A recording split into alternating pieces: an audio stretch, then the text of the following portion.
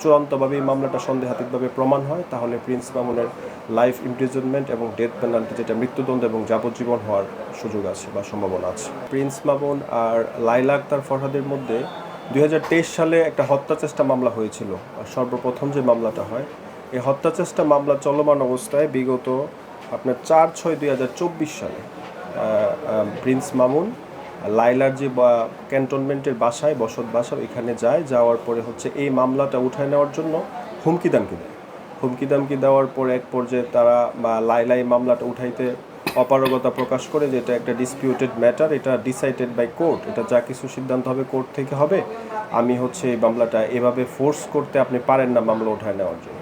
তো এক পর্যায়ে সে মামুন লাইলার যে জিডির অভিযোগের ভাষ্য ছিল এরকম যে তার প্রাণনাশের হুমকি দেয়, যে বিষয়টা তার পরিবার এবং সোসাইটির পরামর্শে পরবর্তীতে ক্যান্টনমেন্ট থানায় একটা জিডি করে বিষয়টা নিয়ে, যেহেতু একটা হুমকি দামকি দিয়েছিল এবং প্রাণনাশের পর্যায়ে বিষয়টা চলে গেছিলো যে যদি মামলা উঠায় নেওয়া না হয় তাহলে হচ্ছে তার পরিবারের এবং তার শারীরিক ক্ষতি বা প্রাণনাশ ঘটতে পারে, এই মর্মে একটা জিডি দাখিল করেছিলেন। তো এই জিডিটা পরবর্তীতে তদন্ত হওয়ার পর এই জিডির সত্যতা পাওয়া যায় যে প্রিন্স মামুন এই মামলার যে আসামি, উনি হচ্ছে আপনার লাইলার বাসায় গিয়েছিল এবং এই ধরনের হুমকি দামকি দিয়েছিল এবং প্রত্যক্ষদর্শী যারা সাক্ষী ছিলেন, সাক্ষীদের জবানবন্দির ভিত্তিতেও এই জিনিসটা স্পষ্টই হচ্ছে আপনার সত্যতার প্রতীয়মান হয়। পরবর্তীতে সংশ্লিষ্ট থানা কর্তৃপক্ষ এই মামলাটার বিষয়ে আপনার গত এই মাসের ফেব্রুয়ারি মাসেই হচ্ছে একটা রিপোর্ট দাখিল করে, তদন্ত রিপোর্ট, যেটা চার্জশিট আকারে হচ্ছে কোর্টে দাখিল করা হয়। চার্জশিট আকারে কোর্টে দাখিল করার পরবর্তীতে মামুনকে এই মামলার নর্মাল আইনগত যে প্রসিডিউরটা থাকে, একটা মামলার যখন রিপোর্ট আসে নন জিআর মামলাগুলোতে আসামিকে একটা সমন পাঠানো হয়, এই বিষয়টা সম্পর্কে জানানো হয় এবং হচ্ছে কোর্টে এসে আত্মসমর্পণ বা হচ্ছে অ্যাপিয়ার হওয়ার জন্য বলা হয়।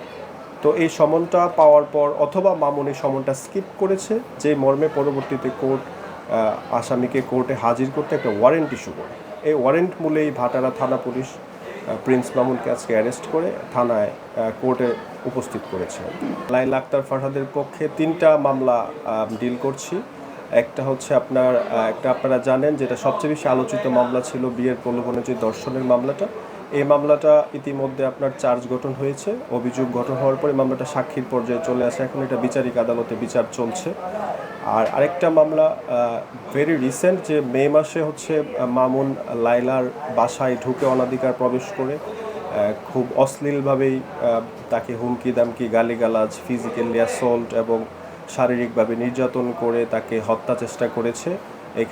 এই বিষয়টা নিয়েও যখন থানায় অভিযোগ দেওয়া হয় এবং পুলিশ এসে তদন্তকারী কর্মকর্তা ওইখান থেকেও ঘটনার সত্যতা পায় এবং একটা রক্ত মাখানো ছুরি উদ্ধার করে, যেটা থেকে আরেকটা মামলা হয়। আর পরবর্তীতে হচ্ছে 2টা মামলা, তো এই প্যানাল কোডের 2টা মামলা চলমান আছে। ওই মামলার এখনও চার্জশিট বা তদন্ত রিপোর্ট আসেনি। আর এই আজকের যে ঘটনাটা, এই মামলাটা মূলত রিপোর্ট দাখিল করা হয়েছিল ফেব্রুয়ারি মাসে, আর এই মামলাটা জিডি হয়েছিল 2024 সালে। তো এই মামলার ওয়ারেন্ট মূলে আজকে মামুনকে অ্যারেস্ট করে বিজ্ঞ আদালতে সোপর্দ করেছে পুলিশ।